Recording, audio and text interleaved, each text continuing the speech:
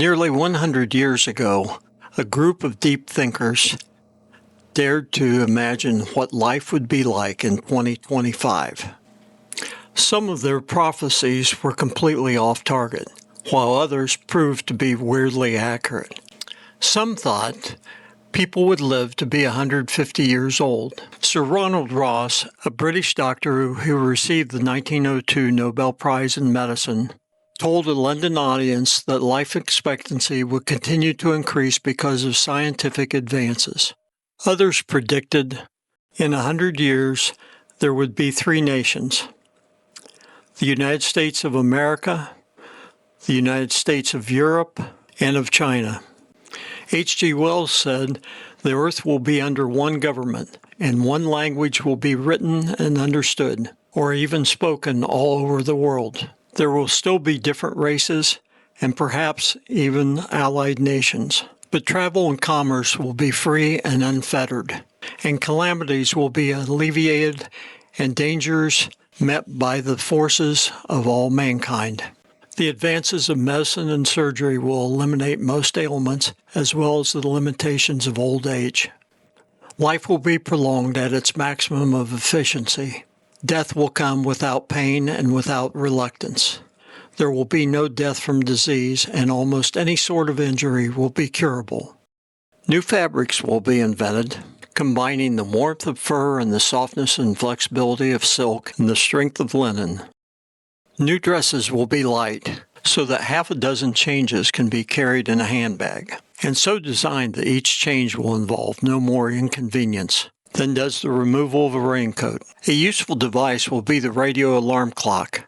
Signals will be sent out at frequent intervals on different wavelengths, say between 6 a.m. and 10 a.m. every morning. And setting the alarm clock to catch the signal at the desired time will avoid any risk of oversleeping. House and public clocks and even watches will be synchronized by signals sent several times daily. And we shall know the right time instead of finding a variation of minutes all over a small city. Women, owing to their accelerated development, will compete on equal terms with men in all branches of scientific research, resulting in faster progressive developments for health, comfort, and speed of thought and life. Many of the new discoveries of the future will be entirely due to the sex at present referred to as fair, a term they will scorn in days of real equality. The air traveler will walk into a comfortable and well-appointed waiting room in the center of the city. An elevator will take him to the roof, where he will step into a roomy and comfortable airplane cabin. There will be no stairs into the airplane. The machine mounted on a turntable will be shot off into the air by catapults and travel through space at over 300 miles an hour. Professor Lowell J. Reed crunched the numbers. Things didn't look good. Then a Johns Hopkins University instructor warned that the United States would face a food shortage in 100 years. He predicted that the U.S. population would reach 200 million by 2025.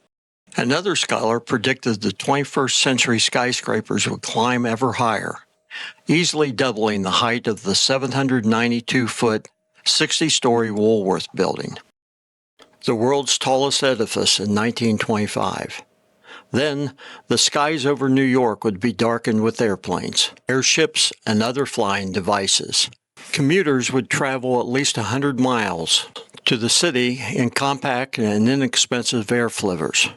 New York would also offer local and long-distance subways.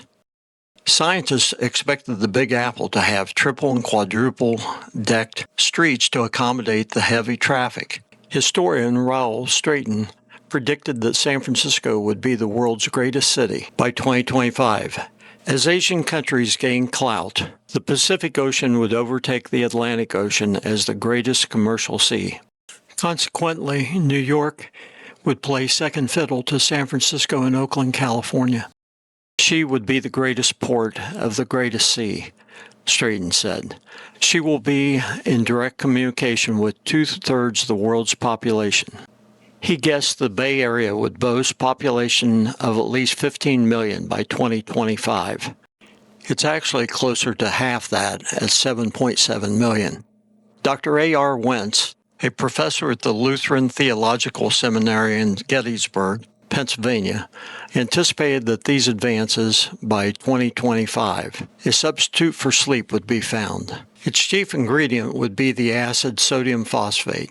Chemistry would be used to produce synthetic foods, making them chiefly out of nitrogen from the atmosphere. People would use a pocket-sized apparatus for communication to see and hear each other without being in the same room.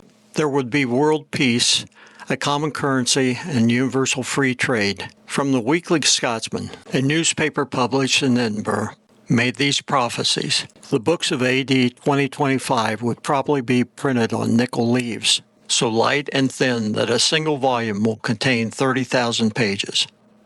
And the pages will be more flexible and durable than paper. The work of the house will be reduced to negligible quantity by 100 electrical devices, few of which are in use today, from opening the door or removing a meal to cleaning the plates, and the automatic cooking of a 6-course dinner. In the world of manufacture, the change will be just as revolutionary. Where we today have a score of machines, one will suffice. According to Mr. Thomas Edison, in a century we shall put cloth, thread, buttons into one end of the machine, and from the other end draw out suits, complete to the last stitch, and ready, folded for delivery. How will the world look a century from now? Our crystal ball reveals the marvelous wonders which men will perform in 100 years to pass. The radio will be replaced, and movies will cease to exist. If people could see things a century from now, they'd lament the joys they had missed. In a century hence, the airplanes and such will be had by the poorest of all men. Science will progress rapidly, inventing wonderful things. The folks in a century will know what's on Mars. They'll send messages up to the moon. The cars of today will be laughed at by them. They'll make fun of our soaring balloons. There will be wonderful machines, tonics, and herbs which will cure almost any disease. Our plates will be full with things beyond our imagination in a century from now.